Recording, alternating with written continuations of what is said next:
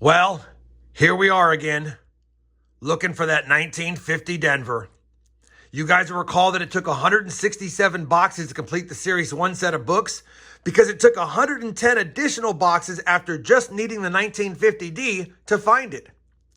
We've hunted 87 boxes for the Series 2 book so far, and yet again, we're faced with finding another 1950 Denver nickel. If we can find it before the completion of the next 80 boxes, we'll have bested how long it took us to complete the Series 1 book.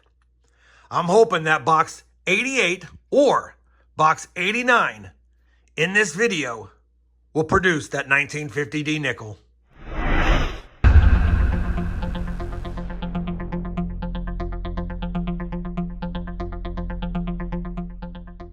Hey everyone, it's RobFindsTreasure. Welcome back to my channel. We said what we needed to say in the intro. The quest for the 50D begins now because it's the last nickel we need for this book. So far, like I said, 87 boxes hunted, 135 of 136 nickels are slotted, just the 50D remains. For those of you that would like to begin this entire playlist from the very beginning, I always have that link down below in the video description, as well as pinned up here for your convenience. Now in front of me, I have two nickel boxes from two different banks from the same week last week, so hopefully we got some goodies in them. I did take a look through the holes in the bottom. They are circulated boxes, and I did see from those holes that it looks like we have quite a few older Jefferson nickel designs, so I'm excited to get into this hunt. Now, as always, I'm going to put the books to the side because we will take a look at the books after we compare the finds to them to see if we have any upgrades or additions. The mission is to find a 1950D nickel, but anything for the collection will be good, like silver, buffaloes, foreigns, proof nickels, and I'll even take some nicer upgrades because some of the nickels in these books definitely could use that. We're going to get right to the hunt. I'm going to go ahead and crack open this first box, one-handed as usual. You guys know I struggle doing this, but let's see if the top side of the box looks as good as the bottom side.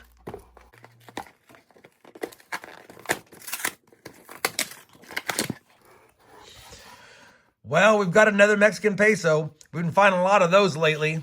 But like I said, we do have some older Jefferson designs, and that makes me happy. Let me go ahead and get the hunt started. And as always, as soon as I have a find, I'll bring you guys in. Well, the first roll of this nickel box is an interesting one, and I will say in advance, I'm not going to be filming all of the 50s finds, but I did notice we had a couple of 50s finds right off the bat. 1951 Denver. And peeking up from back here, a 1954 Denver. So a couple of 50s nickels in the very first roll, and we have that ender. Could be a good box. Roll number 7 is going to give us our first 40s Jefferson find of the box, and it's going to be a 1940 San Francisco. And I'll make mention, we found another 51 Denver already as well. Roll number 9. Got a 1946 Jefferson nickel from Philadelphia, and it's pretty toasty. We recently grabbed a 1952 San Francisco. A little bit better date, lower mintage. Same roll. Another 1940 Jefferson, also San Francisco. Roll number 14 is going to give us a Canadian nickel. It's nice to see a second foreign in the box because we already have that peso ender. And that's going to be a 1983. We're on roll 27, and this box started off hot, and then it's pretty much cooled down since then, but I missed it. I wasn't paying attention, and I noticed that this coin was an ender. You can see the end coin damage on it, and I missed it because I didn't see it by the edge. We have a war nickel right next to it. We have a 1939 in pretty decent shape, although it was an ender. 1939... and it's going to be a 39 Philly. Not a key date, but we'll check it for that DDR. And I don't see it. And it's definitely a 39 Philadelphia. We'll take that. 1939, oldest nickel of the hunt. And right behind it was a really nice war nickel. Holy cow. 1945 Denver. Man, that's pretty good detail. I like the toning on it as well. There are a few steps, but definitely not full steps. 1945 Denver, silver for the jar, silver in the box. Let me get back to the hunt, see what other goodies lie in store. Roll number 30 is going to have a couple of finds. Right in front, we have a 1946 Philadelphia. And it's just a 50s nickel, but it's peeking out, so I figured I'd grab it. A 1956 Denver. We've made it to roll number 39, and that is the roll with that Mexican peso. Looks like it's going to be a 2017, I think, or 12. We'll take a look at it once we get it out and see if there's anything else with it. That Mexican peso ender is indeed a 2017. We have found quite a few of those recently, and I have hunted those before. Roll number 43 is going to give us our first nickel from 1941. 1941, Philadelphia. Roll number 49, our second nickel from 1941. Also a Philadelphia. We have finished the first box of this 2-box hunt, and it was a good box. I mean, we have 21 finds on the board, 2 of which were foreign coins. We also got a second-year nickel, almost at first year, 1939 Philadelphia as an ender that I missed. And right next to it in the same roll, we got some silver, a really nice 1945 Denver that might upgrade one of the albums, and at worst case, we have silver for the jar. Not a bad start overall, a lot of finds, but hopefully box 2 gives us the find we're looking for. Let me go ahead and clear all this out of the way. We'll slide that over, and I'll try to do a good live opening next. All right, box number 2 of the hunt. Hopefully it doesn't give me too many fits. Feels like it's going well. And let's take a look inside. All right, no fancy schmancy enders. Some more older Jefferson Nickels mixed in with some more modern ones. Let's get the hunt started. Fingers crossed. It's got some goodies in it. Roll number 8 of box 2. We've got a 1941 nickel from Philadelphia again. Roll number 20 of the second box. We have another Canadian nickel, 2000 this time. We're on roll number 23, and it looks like we might have a Silver War nickel by the edge. So figured I'd bring you guys in for it. And that's going to be a 1942, so that is a transition year. And it does look like it's a Silver War nickel, though. Let's see if it has the mint mark on the back. And it doesn't. That's going to be a 1942 non-silver nickel. Oh well, it's in decent shape, but odd toning to it too.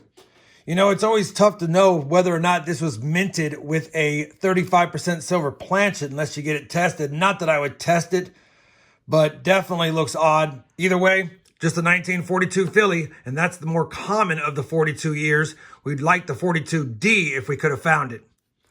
Let's get back to the hunt.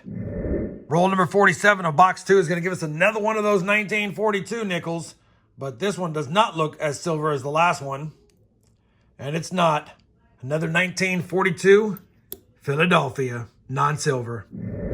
Roll number 99 of the 100 roll hunt, and we're going to have another find here late. It's a pretty nice looking 1940. It's got great detail for sure. Yeah, 1940 Denver, and it looks like it even has a few steps. It does have a few steps. Not a qualifier for full steps, but definitely close. And I'll take it. Might be an upgrader as well. Beautiful looking old nickel for sure.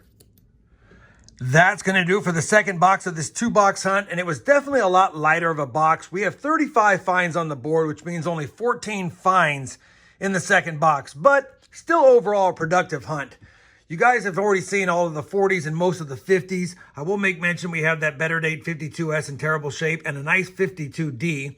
We also had a lower minted 1958 Philly in decent shape and a lower mintage 1959 Philly in decent shape as well. As far as the ones I'm going to be keeping overall, we have a couple of Canadian nickels. We had that Mexican peso, and I did find a 2009 Denver. These are lower mintage, as you know, and I've been struggling finding them lately, so it's good to see one. We got a beautiful 1940D, a 1958D in really nice shape, so I figured I'd check that against the album as well. We got that 42P that looks like a war nickel, but probably isn't. A 42P as well that's not as nice, but I keep those transition year coins of all denominations, so I'm pulling those aside. We got a 1939 Philadelphia in decent shape, although won't be an upgrader. The find of the hunt's going to be a really nice 1945 Denver 35% silver war nickel. And then I grabbed a couple of other ones that were nice enough to compare. A 68S, not full steps, but nice. And a really nice 1989 Denver with full steps. Let me go ahead now and compare all the finds to the albums, see if we have any upgrades. I don't think we're going to have any additions, but let me do that now, and I'll be back in just a second with a look at the books and some final thoughts. We have compared all of the finds to both albums, and even though we didn't have any additions, we definitely had some upgrades. For the Series 2 book, which is the book up here, we're still missing the 50D, but we were able to upgrade the 40D, the 45D, and the 50D. And I'll give you guys quick peeks at them. That 1940D right there, that was the one we recently just found. I went ahead and upgraded it. It does look good in the book. We also upgraded the 45D, which is down there. I know it doesn't look good at that angle, but that's a nice nickel. You saw it when I found it. And then the 58D that I showed you, definitely is a good upgrade. It's in the book as well. So 3 upgrades this far along for the Series 2 albums, and that makes me happy. For the Series 3 book, because we upgraded the 40D and the 45D from the Series 2 books, we went ahead and slotted them in there as upgrades. But now after 24 boxes, we're still stuck at 57 out of 65 nickels found. And all of the ones we need to find are the lower mintage ones. And on top of that, we definitely got some uglies in here that we got to upgrade down the road. I know we didn't find anything epic. I know we didn't find the 50D, but we did have finds for the collection, and we did get silver for the jar. Hopefully you guys enjoyed this 2-box hunt. I know I did, and if you did, please give me that thumbs up. And as always, everyone, happy hunting, and thanks for watching.